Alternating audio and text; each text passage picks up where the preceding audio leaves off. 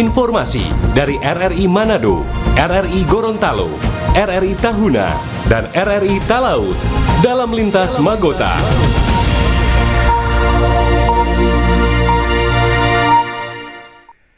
Selamat sore, Radio Republik Indonesia Wilayah Nusantara 5 dengan Lintas Berita Magota Manado, Gorontalo, Tahuna, dan Talaut.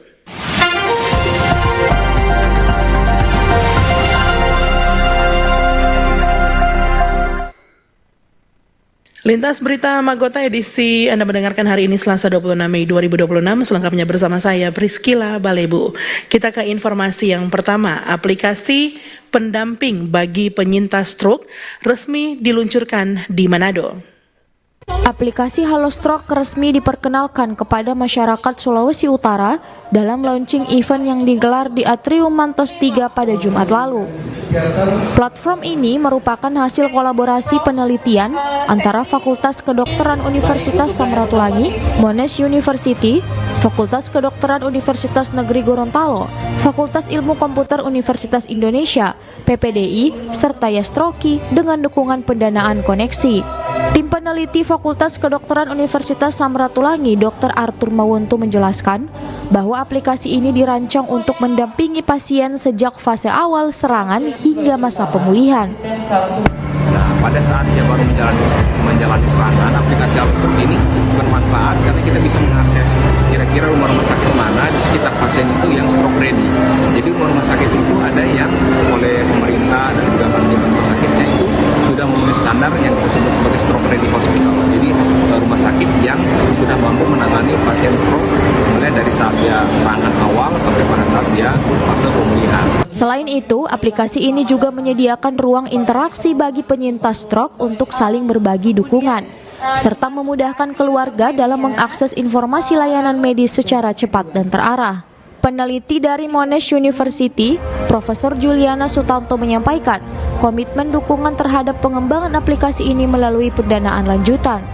Awalnya itu kita mendapatkan pendanaan dari koneksi untuk aplikasi ini. Nah, itu sampai mid of this year. Jadi sesudah itu Monash sangat supportif memberikan internal funding dari Monash Incubation untuk meneruskan, melanjutkan dan mengekspansi aplikasi ini. Kita tidak memulai dengan asumsi, jadi makanya kita awalnya langsung co-design dengan pengguna. Jadi kita memahami challenge-nya mereka apa, kebutuhannya apa, sampai nama Halo Stroke itu dari mereka. Untuk kedepannya, pengelolaan aplikasi Halo Stroke akan diserahkan kepada Fakultas Kedokteran Unstrat untuk wilayah Manado dan Fakultas Kedokteran UNG untuk wilayah Gorontalo, guna memastikan layanan tetap berkelanjutan bagi masyarakat. Demikian Nani Oktavia melaporkan.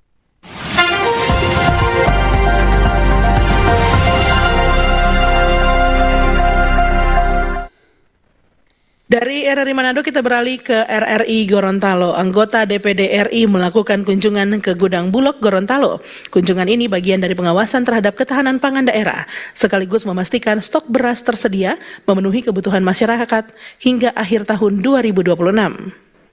Anggota Komite 2 DPD RI Daerah Pemilihan Gorontalo Rahmiati Yahya melakukan kunjungan ke Gudang Perumbulok Gorontalo. Kunjungan tersebut guna memastikan ketersediaan stok pangan khususnya beras tetap aman dan stabil untuk memenuhi kebutuhan masyarakat. Pada kesempatan itu Rahmiati Yahya melihat secara dekat kondisi gudang penyimpanan beras sekaligus berdialog dengan jajaran Bulog terkait distribusi dan penyerapan gabah petani di daerah. Rahmiati Yahya menjelaskan kunjungan ke gudang Bulog ini bagian dari pengawasan terhadap ketahanan pangan daerah, memastikan masyarakat tidak mengalami kesulitan memperoleh bahan pokok. Ia mengungkapkan apresiasi kepada jajaran Bulog yang telah menjaga stok, bahkan saat ini mengalami surplus untuk beras dengan kualitas beras yang sangat memuaskan. Ya, jadi hari ini saya mendapatkan banyak masukan dan kita sudah melihat di lapangan bagaimana bahwa ternyata di Gorontalo itu surplus, ya, surplus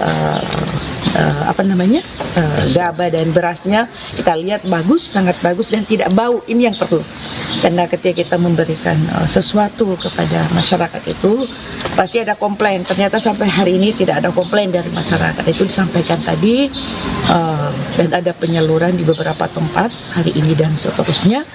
Oleh karena itu, saya sebagai anggota Komite 2 Dewan Perwakilan Republik Indonesia menyampaikan banyak terima kasih penerimaan hari ini yang sangat luar biasa, dan semoga bisa mempertahankan apa yang sudah dilaksanakan oleh pimpinan cabang dan seluruh staf yang hadir pada siang hari ini.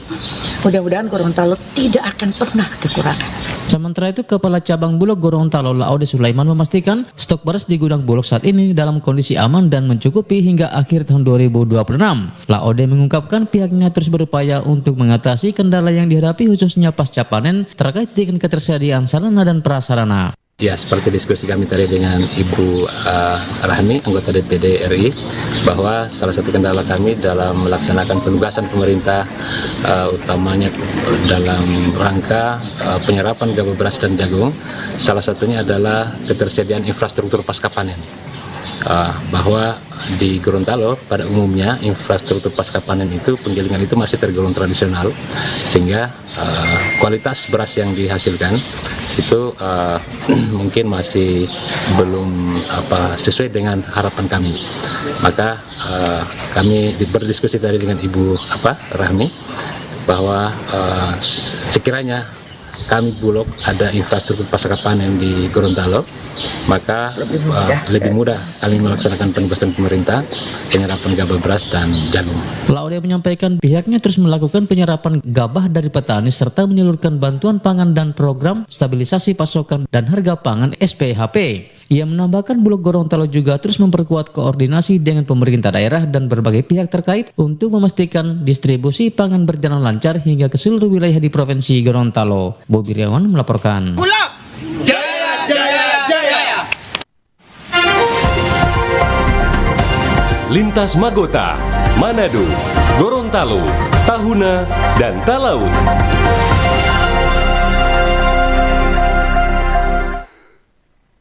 Selanjutnya kita ikuti informasi dari RRI Tahuna. Pemerintah Kabupaten Kepulauan Sangihe mendapat kunjungan istimewa dari City Administrator Kema Texas, Mr. Cesar Garcia, yang dikenal memiliki kepedulian tinggi terhadap lingkungan hidup. Pemerintah Kabupaten Kepulauan Sangihe mendapat kunjungan istimewa dari City Administrator Kema Texas, Mr. Cesar Garcia, yang dikenal memiliki kepedulian tinggi terhadap lingkungan hidup. Kehadiran Mr. Cesar Garcia di Sangihe menjadi perhatian masyarakat dan pemerintah daerah karena dinilai membawa harapan baru bagi pengembangan berbagai potensi lokal. Bupati Kepulauan Sangihe, Michael Tungari, kepada RRI mengatakan, kunjungan Cesar merupakan suatu kehormatan bagi masyarakat Sangihe dalam rangka melihat secara langsung kondisi daerah serta mengeksplorasi berbagai potensi yang dimiliki di daerah. Ya, tentunya satu kehormatan buat kita, masyarakat Kabupaten Kepulauan Sangihe, dikunjungi oleh Mr. Cesar Garcia, seorang seperti sekretaris daerah lah di Kema. Kemudian beliau adalah orang yang peduli dengan lingkungan, kemudian datang ke sini ingin melihat potensi-potensi kita. Sementara Mr. Cesar Garcia di sela-sela kunjungannya menyampaikan kehadirannya juga membantu pemerintah dalam mengeksplor potensi wisata di Sangihe. So far, I can think of some. I need more time. I've just arrived. So I would like to review, but I think that there may be for education and also for sustainability, maybe for some tourism, export, and to help the government. Selain itu, Mr. Cesar Garcia juga dijadwalkan memberikan saran dan masukan terkait pengelolaan lingkungan, pengembangan wisata pendidikan, hingga peluang kerjasama yang dapat dilakukan di masa mendatang. Jumel Johannes melaporkan.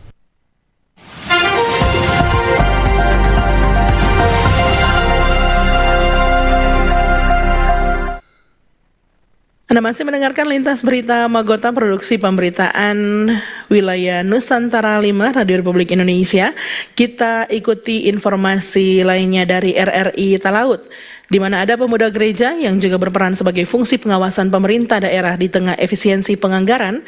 Peran pemuda ini selaras dengan program pimpinan daerah, salah satunya Wakil Bupati Talaut yang berstatus pemuda.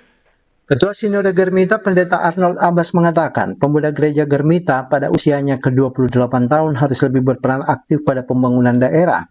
Pasalnya efisiensi anggaran yang diterapkan oleh pemerintah di dalamnya butuh peran dari pemuda. Dikatakan penyelenggaraan pemerintahan butuh pengawasan dari pemuda agar pemerintahan bisa berjalan dengan baik, dikarenakan sekarang ini di Talaut dipimpin oleh wakil bupati yang masih juga berstatus pemuda, sehingga ke depan penyelenggaraan pemerintahan bisa juga berinovasi dengan ide dan gagasan dari pemuda di tengah efisiensi anggaran.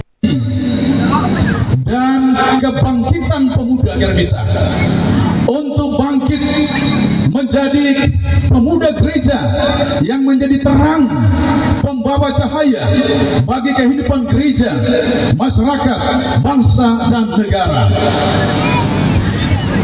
Dalam sorotan tema Let Your Light Shine, biarlah terangmu bercahaya, Matius pasal 5 ayat 16, dan subtemanya dipanggil keluar dari kegelapan, masuk ke dalam terang Yesus Kristus. Saya kira tadi sudah cukup jelas dijelaskan oleh Ibu Pendeta bahwa bagaimana pemuda Germita harus menjadi terang yang bercahaya dalam bentuk pertama. Pemuda harus menjadi kekuatan transformasi, agen perubahan bagi kehidupan masyarakat, bangsa, dan negara kita. Dia pun menambahkan pembangunan daerah yang dilakukan pemuda juga harus selaras dengan pembangunan moral dan spiritual dari pemuda tersebut. Karena pemuda beriman pasti memberikan kemajuan positif bagi daerah. Demikian Hendra Asam melaporkan, RRI terus mengudara untuk Indonesia.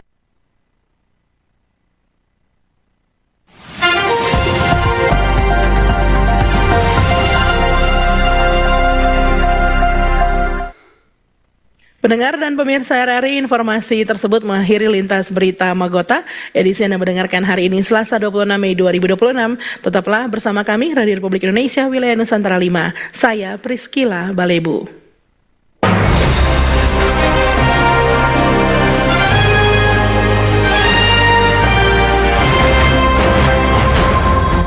Demikian informasi dari RRI Manado, RRI Gorontalo, RRI Tahuna, dan RRI Talaut dalam lintas Magota.